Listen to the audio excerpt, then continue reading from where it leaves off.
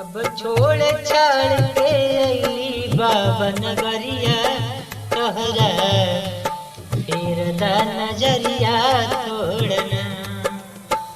सब छोड़ छाड़ के अइली बाबा नगरिया तोहरा फिर दा नजरिया तोड़ना।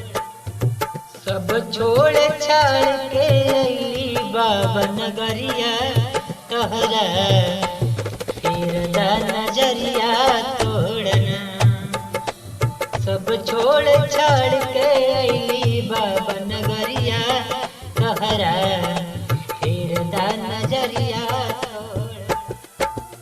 हथवा में दूध जले औरी बेल पतवा बाबा चढ़ाई बाके तोहराई माथवा।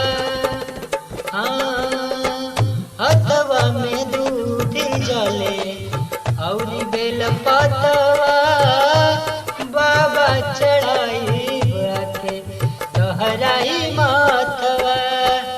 तोहरे हाथे लिखल मोरा दुख के अंत बा फिर दा नजरिया बाबना।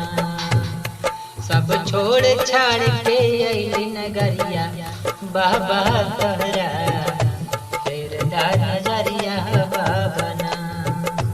सुल्तानगंज से जला वा भरबजी बाबा के ऊपर आई जलवा जरबजी। सुल्तानगंज से जलवा भरबजी बाबा के ऊपर आई जलवा जरबजी।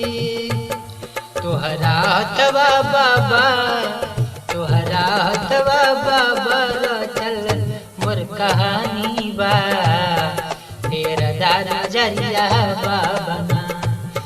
सब छोड़ छाड़ के अइले बाबा नगरिया तोहरा फिर दा नजरिया बाबना। सब छोड़ छाड़ के अइली नगरिया बाबा फिर दा नजरिया बाबना। हर हर महादेव। मैं अर्जुन यादव आप सभी के समझ सावन का पहला एल्बम दे रहा हूँ। यदि आप सभी को अच्छा लगा है गीत तो लाइक करिएगा। कवर गीत मेरे तरफ से अच्छा लगा हो तो प्यार और आशीर्वाद बनाई करिए।